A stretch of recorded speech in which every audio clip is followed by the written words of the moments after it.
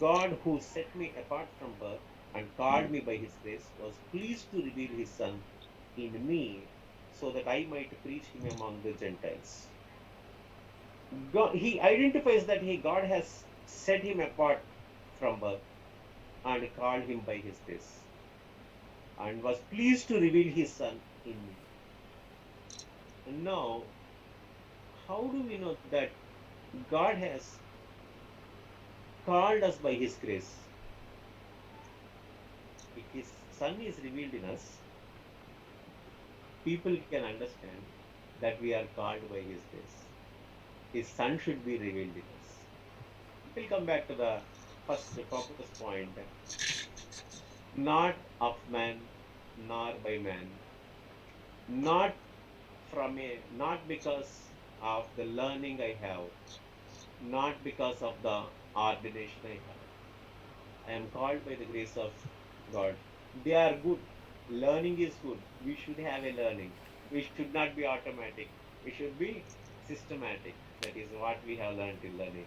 But again, that learning, we are not called because of the learning, but because of the grace.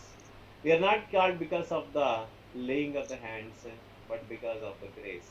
So these two, when we know and we humble not because we don't know. Many people, many in this world, they try to boast themselves, though they know nothing.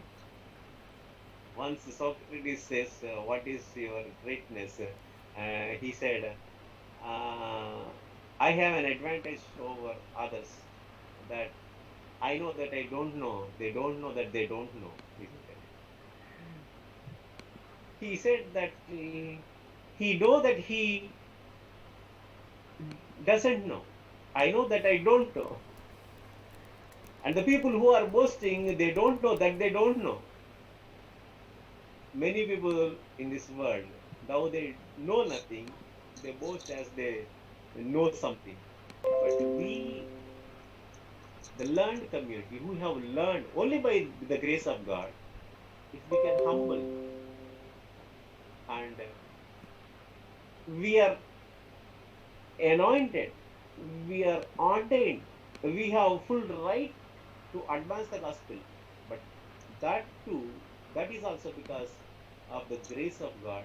If we realize and humble ourselves, then whatever we advance, I mean, the strength we show in advancing the gospel will really give wonderful fruits.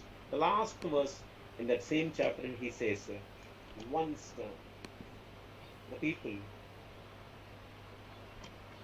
the last verse I read, they only heard the report. The man who formerly persecuted us is now preaching the faith he once tried to destroy. And many are now in these days, many are like people are saying that they are spoiling the faith once they have preached. In reverse, they are saying in the world. In the world, it is spoken like this. Not the man who formerly persecuted is now preaching, but the man who formerly preached is now spoiling the faith he preached. That is what is said of many. But for us, if we can understand that it is by God's grace, and if we can utilize the talents, whatever we have, the skills, whatever we have, the knowledge, and understand whatever God has given us, with the same zeal that we have in the beginning, it can reap a wonderful fruit. With this small, with these few ideas, I'd like to conclude with these words. May God bless all of us and strengthen all of us to humble ourselves in His presence and continue our ministry with a great seal that we have in the beginning when God has called us. May God bless all of us. Praise be to the name of God. Thank you all. Thank you, sir. Thank you, sir. Thank you. Thanks, sir. That was nice thoughts from the Bible and from the life of Paul. Uh, the two things from men, but not of men or through men, but by the grace of Christ, the one who was in the past persecuted now has become the widest of spreading the gospel. So that was a thought provoking thing. Thank you so much for again rejuvenating. I mean, like recalling all of our minds and our faith and trust that it is not through the learnings. Of course, the learning is important, but it should always be the grace of God upon our learning. That was a beautiful thought. If somebody has got some questions, I mean, like, not, I mean, like, Comment, questions, comments, some questions, kind of clarifications. things are often. This is one passage that often, I mean, like, aids our understanding or our vision about ministry, how we Pardon? Pardon? build. I did This not is get. this is one passage that often challenges us in the 20th century or postmodern mission strategies that we have, where we had to leave away the grace of God and we appoint ourselves, appoint one from, I mean, like from men, appointed by men. We see a lot of ministries of such kind. This is one passage that challenges us in the 20th century of men, but not by or through men, but by the grace of Christ. So that pinch of faith is often found, I mean, like missed in the theological growth of the church, the missionary churches. So this passage often challenges all of us. So if we can discuss further on this passage, you're all pastors, that would be really nice.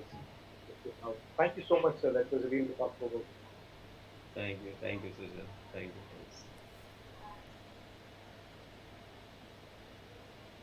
So we acknowledge Arun's brother's presence also as a Arun. moderator. Yeah. Hi, Arun. Hi, hi. Good evening, everybody. Good day, brother. Good evening, Arun. Happy to see I'm you so. back in India. Thank you, sir. I'm sorry. Actually, I thought of this is for 5 o'clock. No, no. Still, I am in the same mood. But uh, I joined for before 5 minutes. 5, 5 to 5. So really, you're concluding the time message. I'm wondering. Really, I forgot the timing. So sorry for that. Okay.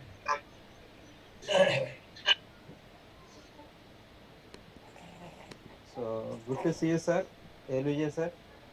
Well, thank you. Thank I you. really I miss your message. I'm so sorry.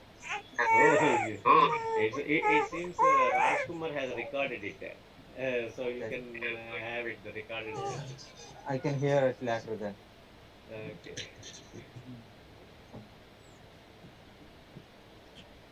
Raj, did you record it? Yeah, yeah. Some little we miss it, but rest of the things is on YouTube. You can check it two links. Since we break out, Okay. it's in two links. Okay. But if you have informed me well in advance, I'd have put some notes for the introduction or something like that. So anyway, that's okay. So today just I got the Good, very thought. good. So Just okay, now when I Thank got you the so thought. much. thank you for the invitation, and uh, I request all of your suggestions and modifications or edifications